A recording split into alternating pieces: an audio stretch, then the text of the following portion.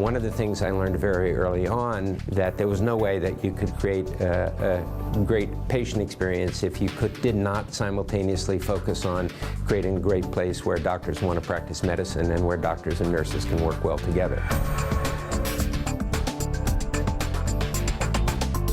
Most of us in here, we're not taught to step back from doing it all the time and ask, how are we doing it? Could we do it better? And my goal is to help you all get improved outcomes for your patients and also for yourselves. Tom Peters, author of In Search of Excellence and Thriving on Chaos, said, if the other guy's getting better, you better be getting better faster than that other guy's getting better, you're getting worse. All of the quality metrics that are currently being judged are now being judged on the basis of percentile, not on the basis of percentage. You are being compared, and it's about percentile, and you are going to be paid and judged on the basis of percentile. Why is this important? Declining reimbursement, workforce shortage, malpractice risk, transparency of data, pay for performance, and the fact that quality and service are inseparable. We're also in a situation where pay for performance for hospitals is here right now. And the only way that the hospital gets money back, this is a simplification, if it's at the 50th percentile or shows improvement over the previous reporting period. Guess what's coming our way? Pay for performance for physicians. And in the same way that our hospitals are having money withheld and they report core measures and they report HCAHPS, we're going to have to report our quality metrics. And our payment will be tied to quality and cost metrics. And what's going to happen is they are going to create for us a quality of care composite score and a cost composite score, and that will lead to what's called a physician value-based payment modifier. So the old paradigm of I give care, I get paid is going away. And in fact, what's coming is outcome equals income, and that has to do with exceptional clinical quality and extraordinary patient experience. And if we do both of those things, we will do very well, and if we don't, we won't. I'm going to make a bold statement here. I'm going to tell you patient satisfaction is irrelevant. Why? Because it's not enough. We have to create memorable experiences for our patients, astonish them, and differentiate ourselves, because to satisfy is to meet an obligation. But here's the problem. We all think we give great service. We think our patients love us. We think staff love working with us. The lay press will come, Wall Street Journal comes along, it says doctors need to work on their people skills. Doctors don't listen. Doctors have no time. What does this mean for us? It means there's a lot of work to do. It means we have to get everybody on board. It means everybody on board. You can't get quality as a group. A chain is only as strong as its weakest link.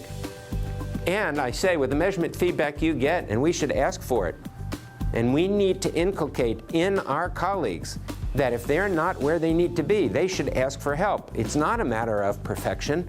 None of us are perfect, but it's a matter of taking the feedback rather than being defensive about it and taking it as an educational opportunity to get better. Because it turns out that a great patient experience is not about our intent, it's about our patient's perception. I want to give you 4 strategies to improve the patient experience.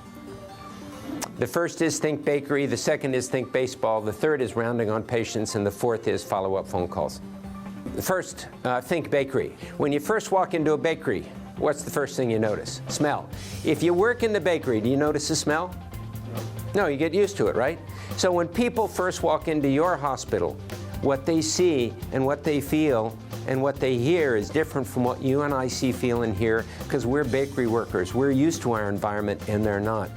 And we have to recognize if it truly is about their perception, what they see and what they feel and what they hear is different from what you and I see, feel, and hear. We can almost hit a home run, but be called out if we don't touch all the bases. And the challenge is, how do you remember all the bases to touch? And that's where in the Studer Group we talk about AIDIT. Acknowledge, introduce, duration, explanation, and thank you. Is what do nurses want from us? I like acronyms. They want CARE. They want collaboration, appreciation, respect, and education. And I think if we can walk up to the nurse, whether it be, in the pre-op setting or otherwise, and say, is there anything you want to tell me about the patient? Do you have any questions about his or her illness or anything that I can teach you? And do you have time to round with me? I think it will save you time, and I think it really gives the patients a sense of team. And strategy number 4 is follow-up phone calls. How do we improve our colleague experience? How do we get our docs on board? And I want to talk with you first a little bit about creating the sense of team, and then I want to talk with you about your role as leaders and what are the steps that we need to take as leaders. The role of leader, really, from my perspective, is to define the vision and get everybody on board. The role of manager is to help create a great practice environment, that is, to fix the systems. The role of team player is to engage your staff and providers and really have it be a team. That's very hard if you have some people who are a team and some people who are not. And then the last is to ensure consistent clinical quality and compassion, and that's the role of healer. When we want to talk about getting people on board, the question is, how do you translate whatever your standards were? This is one of the hospitals I work with at Hawaii Pacific Health, and this is their physician promise. How do you then translate that into actionable behaviors? And that's where it comes to the things that we've talked about, and the high-performing physician self-test. You have taken on the role of being a chief and being a director of a service that makes a difference in people's lives every day. So not only are you doing that for your patients, but you're trying to help your colleagues do that for a whole lot more. And your organization, committed to excellence as it is, has a huge footprint. And I think will have an even greater footprint as we go forward.